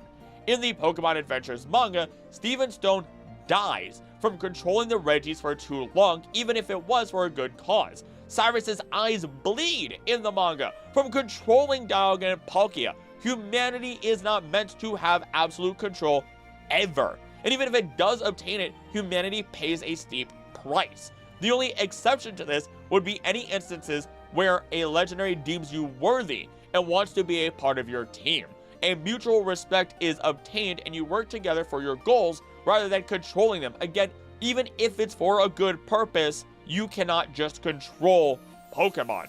You will have to sacrifice your own life. So if we take all this info and apply it to Rainbow Rocket and Pokemon Mystery Dungeon, we can find that there would actually be a good chance that Pokemon would rise up, retake control of the planet, and prevent humanity from ever returning due to the injustice of humanity against Pokemon. And it all goes back to Old Versus 19 and 20. When first this land was formed, man and mon lived happily, sharing all that they could see by kind acts born and warmed. One Pokemon then proposed that they should always ready be to help humans should they need, and let their presence be disclosed. And that is why to this day, not all Pokemon do flee when a human they do see. They leap out where tall grasses sway. Once it shone upon us all with all the warmth of welcome sun, but now we weep, to grief we fall, starved of light now it has gone. And some they go, despair withal, in search of it they reel and run, they quit their hurts, abandon hall, and leave our lands to be undone. And when they're gone beyond recall, this land will be a home to none, this land will only ever be home to Pokemon. Humanity abandoned the Pokemon Mystery Dungeon planet once and for all, and will never return. Ghetsis planned for you to meet Arceus. This one is difficult, and I cannot find anyone else's theory to help support this, but I think I got it, and I am willing to believe it. Let's begin with the music. Ghetsis himself, a cruel, uncaring man who only wants to control the world through sheer force and dominance. His music is simple. Strong, beating drums, warlike, strong, deep sounds, even they crescendo and build tempo over time. And as the song continues, we hear the chanting of his name in a chorus. This is essentially his theme from beginning to end. Nothing too fancy on the surface, but how about we switch over to what Arceus' theme sounds like? It takes a little bit of time, but we find in Arceus' theme one similar instrument being played in a similar tempo, that singular, deep drum. You don't find this drum in any other theme. It is an oppressive power, fitting for the only two individuals, one being considered the alpha Pokemon, and someone who wishes to be the alpha. We follow this by looking into Ghetsis' concept art and the way he holds himself. And I know I've talked about this before, but it is at its most relevance now. When we look at Ghetsis, he bears under his eye mask the alpha symbol, something that we have been familiarized with time and time again through Pokemon, if not at the very least through the efforts of Pokemon Omega Ruby, Alpha Sapphire. Alpha is representative of being the first, symbolized of dominance for that matter. This is no scar on Ghetsis' face. This is a claim to what he believes is his own destiny, the succession of his own plan. The tie to this being that he only ever shows one eye, and even when he shows both arms, one is completely covered as he crowns end. This follows our alpha symbolism so far, a show of power within his own mind. Tie this to Arceus being the alpha Pokemon, and we have some more minor points to attach to this theory. We could even go with the idea that Ghetsis has a hairline similar enough to another individual who intended to control or defeat Arceus. Even if it is loosely similar, we have Volo, with both of them having the locks on the side and one on top, all three branching off of their head. But I believe that the most interesting point of evidence that we have to support this theory is in fact Ghetsis' goal to restore the original dragon. The original dragon was the combination of Reshiram and Zekrom, with Kyurem being the leftover pieces from when they split. Reshiram representing truth, Zekrom representing ideals. And I will bring to you something I've said in my Divine Truth video by starting with the story of our dragons. The origins of Zekrom and Reshiram are told in legends, as they were once a singular powerful dragon Pokemon used by the twin heroes in order to create the Unova region. But the brothers each sought something different in life, truth for the older brother and ideals for the younger, and they began to argue, then fight, over whose side was right. The single dragon, in response, split into two Pokemon, Reshiram, who sided with the older twin, and Zekrom, who sided with the younger twin. The two dragons were equally matched as they battled, and neither conquered the other. As a result, the brothers set aside their differences and equally declared that there was no right side. But the sons of the heroes resumed the fight, and Reshiram and Zekrom destroyed the region with their fire and lightning powers. They subsequently disappeared afterwards. In addition, we find the three stones of Reshiram, Zekrom, and Kyurem. The white stone, the black stone, and then an unused asset that is found in the games, the God Stone, a gray stone that likely is supposed to be for Kyurem, or even for all three stones to be combined together to form this god. This story essentially states, though, how truth and ideals are equal. They cannot overtake the other. And allow me to give you this for an example. When someone says that they think something, such as I think apples are disgusting, then you may be able to change that person's mind. But when someone says I believe apples are disgusting, then you cannot change their mind. That is truth versus ideals. An ideal is a singular truth held within oneself. So we're basically pitting truth against an opposite but equal truth with our two dragons, creating a paradox where nobody can win. Thus, if the original dragon is ever recreated, they will create the truth, the singular truth, something we can see as the power only controlled by a god. And that is what Ghetsis is after. Power over this divine truth, this God Stone, the original dragon. And he may even be potentially planning to become Arceus. After all, he was never the front line until he had to be. He was ruling from the shadows, similar to how a god would control everything or create everything and sit away from where people may see them. But how does that relate to us or this theory at all? It's simple. Ghetsis already saw us as the ideal candidate, and it is directly stated so by N. In our encounter with him in Chargestone Cave, he states the following: I told Ghetsis about you and your friends. After I did, he apparently used the Shadow Triad to find out about you. Sharon is pursuing the ideal of strength. Poor Bianca has faced the sad truth that not everyone can become stronger, and you are not swayed either way. More of a neutral presence, which is apparently a good thing. Team Plasma will be waiting for you ahead. Ghetsis wants to see what kind of Pokemon trainer you really are. It's almost as though a special trainer is needed to control the original dragon, a trainer that perfectly embodies both truth and ideals. This in particular can be further supported by looking at Reshiram and Zekrom, as they will specifically align themselves with people who are strongly following truth or ideals, but not both. They deem people worthy. They are the ones that choose who the next hero of Unova is and attack individuals who try to falsely present themselves as such. This happens in the anime as Ghetsis and N are attacked by Reshiram when they summoned it. And Ghetsis in Pokemon Generations comes to the conclusion that he cannot inherit the title, but N can. And that is why he manipulated N to follow Ghetsis' own ambitions. And now, in this moment, within the games, Ghetsis is already planning on finding a way to manipulate and control you, as he recreates the original dragon and uses you as a figurehead to control it. But how does this turn into you meeting Arceus? My theory, to bounce off of this theory, is this. The one true dragon is a form of Arceus. The Arceus we know is one of the true being's 1,000 arms, a being that is canonically known to be without name, without form, and is likely just a mass of energy.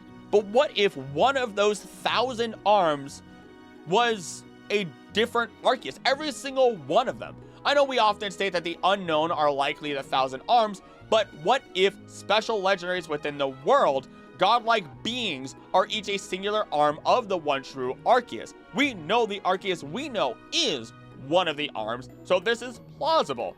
Very similar to how Mew is the ancient ancestor of all other Pokemon that are not created by other deity Pokemon. This could potentially mean that we have Pokemon such as Zygarde, Ultra Necrozma, Eternamax, all of them and more technically being a potential singular arm of Arceus separately. Even if they aren't, then we must understand that a being that represents the one singular truth or sole dominion over truth and ideals must be a deity Pokemon similar to that of Arceus, especially since we have the Godstone. And through the assistance of these 7 sages, Ghetsis may have come to that conclusion himself. The conclusion that this one original dragon may be Arceus itself or a form of it. And if he can't control it, he needs someone who can. Meaning when N told you that you were the balance of truth and ideals in Chargestone Cave and how Ghetsis saw this as a good thing, then he may have come up with the potential plan for you to be under his control next, when he could finally form this Arceus-like being. As such, sure, he planned momentarily for you as the main character within Pokemon Black and White to meet Arceus. Alternatively, it was brought to my attention in my live stream of completing this research that Ghetsis may have believed that Arceus may have been the only creature of defeating the original dragon. And all of this could be employed to luring Arceus out, allowing him to fight and potentially control Arceus, and this would also prevent the player from siding with the OG dragon and Arceus to take down Ghetsis if Ghetsis had played all of his cards right. New Pokemon are brought by Celebi. This would explain why in so many different regions we have the Pokédex, which constantly says, oh, it's a new Pokemon, oh, it's a new Pokemon, oh, we never saw this Pokemon species before. Well, Celebi, we've already talked about it a number of times, could be bringing Pokemon from the future or alternate timelines in general to our timeline to balance things out or to try and obtain peace, whether that be Togepi or other Pokemon. And one little piece of support that we could go with this is the fact that Spiky-Eared Pichu is a Pokemon that is brought from a different timeline and is one that cannot be traded around. It is a Pokemon that is meant to be there from Celebi. So, even if it isn't all the Pokemon or undiscovered species that are suddenly appearing, then at least some variants may be brought to our age by Celebi. Though ultimately, this all just mimics what happens in real life. We don't have a onion fairy bringing us Pokemon that we've never seen before. We just have, in real life, new animals that we've never seen before because they are able to evade our eyes very well, or are just in areas that we've never expected to see them, in areas that we did not look hard enough in, or they're just very hard to track down and see. They're elusive. Pokemon Live Lost Pokemon.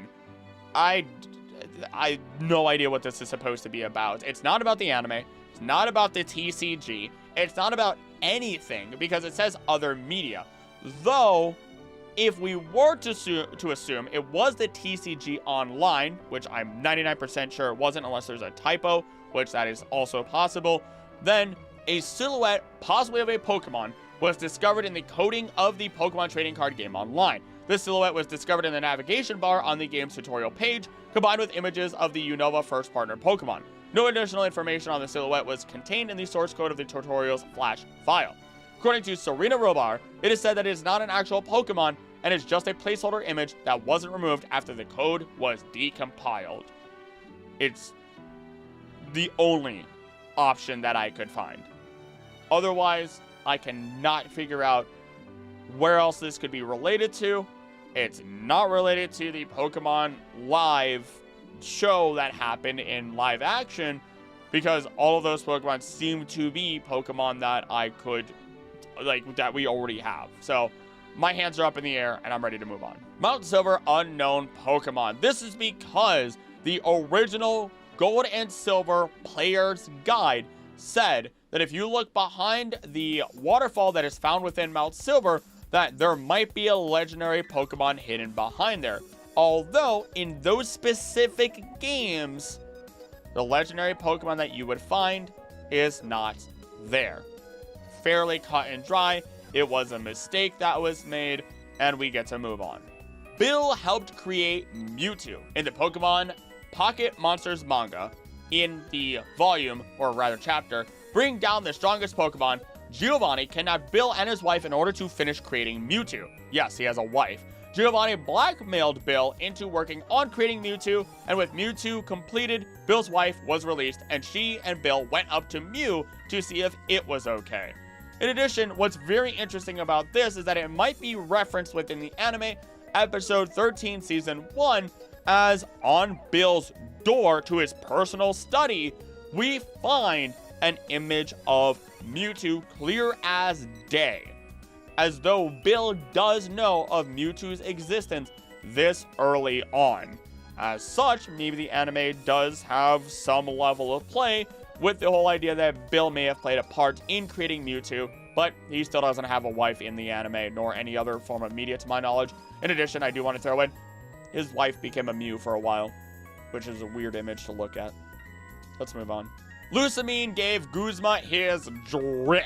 And I am willing to believe this 1,000%. I don't care if it's real or not. It is my new headcanon because he is the only one to have all this gold, all this gaudy gold on him. But on top of that, the weird little thing that he has that nobody else has are those glasses he has on his forehead. And those glasses have a circular symbol and a crescent symbol, the sun and the moon, which holds no water whatsoever, let's be real.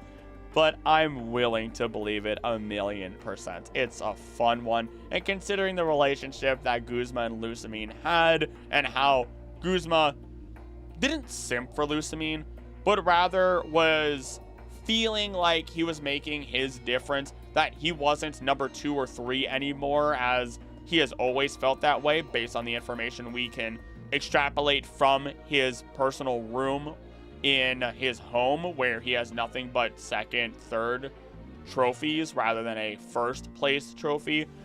He just wants to feel like more, and he's a teenager again. Of course he's gonna feel like he should be doing better. He's a hothead. He doesn't feel like he's good enough, and Lusamine kind of came in, gave him a job, and he felt like he was good enough through that. And she may have actually given him his attire on top of all of that. Multiple chosen ones. We are in the semi-finale theory, or rather lore, of the Iceberg. This is primarily stated to be a reference to the anime, but this is just true across all of Pokemon. We've already discussed how there are multiple heroes chosen by Reshiram and Zekrom, but this expands further into other legendary Pokemon and the myths that circulate through the world itself. As time has gone on, we find legendary or mythical Pokemon that choose to be with trainers. Xerneas befriending Y in the Pokemon Adventures manga, Lunala and Solgaleo consistently choosing to be with you after you prove yourself, Arceus even deciding to do so in the Pokemon Legends Arceus games, the legendary Dogs of Galar choosing to side with you and Hop as even temporary trainers in your battle against a Dynamax, making you parallel heroes, chosen ones even, to the history of the heroes of Galar's past. But this goes deeper, as we can now look at the anime into something that I did mention in another Iceberg video. Thank you, Bulbapedia, again for the following. In the Pokemon world's past, there were once humans that could sense aura and control its power. These humans, known as Aura Guardians, traveled around doing good deeds and passing on their skills to those who also possessed this innate ability. As featured in Lucario and the Mystery of Mew, one famous Aura Guardian was Sir Aaron of Rota, who took a Lucario as his apprentice and became a hero when he sacrificed himself to stop a war from destroying the area around the Tree of Beginning, which is basically Yggdrasil, the Tree of Life. The Aura Guardians disappeared from history for some undisclosed reason, a long time before the present era. The only humans in the past time known to have the ability to control aura are Riley and Ash. Present time. Though Ash has chosen to continue his journey as a Pokemon trainer rather than follow up on his revelation. However, he did follow in the footsteps of both known Aura Guardians by helping Lucario to save the Tree of Beginning and resealing Spirit Tomb. To follow this, we have the Pokemon 2000 movie revolving around the legendary birds and Lugia at Shamouti Island, as we have talked about, which is a strange instance, as this is the only time in which the legendary birds are referred to as the legendary titans, which is a title or role that we often associate with the Regis. Nevertheless, in this movie, we have a song with the following lyrics. Disturb not the harmony of fire, ice, or lightning, lest these titans wreak destruction upon the world in which they clash. Though the water's great guardian shall rise to quell the fighting, alone its song will fail, thus the earth shall turn to ash. The chosen one, you are the chosen one, O the chosen one. Into thine hands bring together all three, the treasures combined tame the beast of the sea. From the trio of islands ancient spears shall you take, for between life and death all the difference you make. The chosen one, you are the chosen one, O the chosen one. Climb to the shrine to right what is wrong, and the world will be healed by the guardian's song. The chosen one, you are the chosen one, O the chosen one.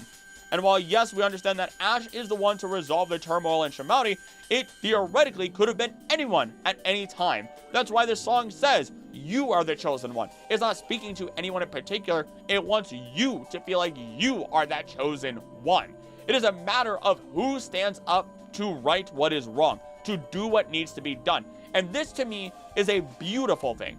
It's not a matter of humanity or Pokemon needing a singular hero, a singular savior, to put all of that weight on one person with the assumption that without them, everything will fall apart. Instead, there are multiple chosen ones, people who will stand up and follow in the footsteps of others, aiming to make a positive difference in any way that they can. In other words, anyone can be a chosen one. You are the chosen one. You can be that hero. All it takes is to stand up and take action with the best intentions in mind to create that positive difference through everything that you do. And finally, every Pokemon game is personalized. While I sourced this from Nintendo Life, this is something that I found was consistent across other reports on other platforms. And so I quote, Pokemon has always had two different versions, but before the original games were released on Game Boy in 1996, Game Freak had plans for something else. In new translations of old Japanese interviews via the YouTube channel Did You Know Gaming, it's revealed how Game Freak wanted 65,535 different versions of the first generation Pokemon games. The idea was tied to the trainer ID system, where players would be assigned a number between 1 and 65,535. Depending on the number generated, their experience would be slightly different, determining the Pokemon that appeared in each game, the shape of certain locations, and more. This was eventually axed when Game Freak was visited by Nintendo Shigeru Miyamoto, who told the company's founder, Satoshi Tajiri, that the idea might be difficult for players to grasp, and suggested a different color palette instead, via VGC. I talked to Miyamoto about how we'd make players understand that every cartridge is different when they buy one, and he told me the system sounded interesting, but it was a little difficult to grasp. He said if players can't tell just by looking at it, then it won't work out, and it would be better if the game's color or appearance were different. Thus, we have red and green, or fire red, leaf green, and you name it, black and white, ruby and sapphire, everything else, you name it. And that's just the beginning of it all. We're at the end of the iceberg, and we just shot right back to the beginning. But what's really fun is imagining that every playthrough is, in fact, made just for you, right? I've gone through Nuzlocke, and I've had my fun, and every single time that I play a Nuzlocke on my streams, there's something special about what happens. In fact, I'm about to do a Pokemon Black and White randomized Nuzlocke as part of the rewards for the success of the membership marathon that I did this past week, which thank you for your generosity, people that were there, and thank you for being there in general, as that makes a massive difference. But when you encounter these Pokemon, you have these special encounters, whether you see a shiny or not, how the moves work out, the attachments that you grow towards these Pokemon, it feels more and more like a personalized experience. The more that you lean into it, the more that you are willing to believe it.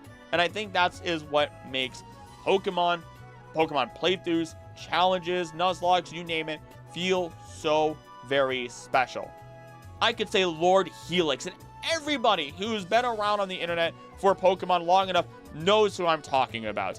I could say Team Sky, and everyone's gonna know who that is gonna be a reference to.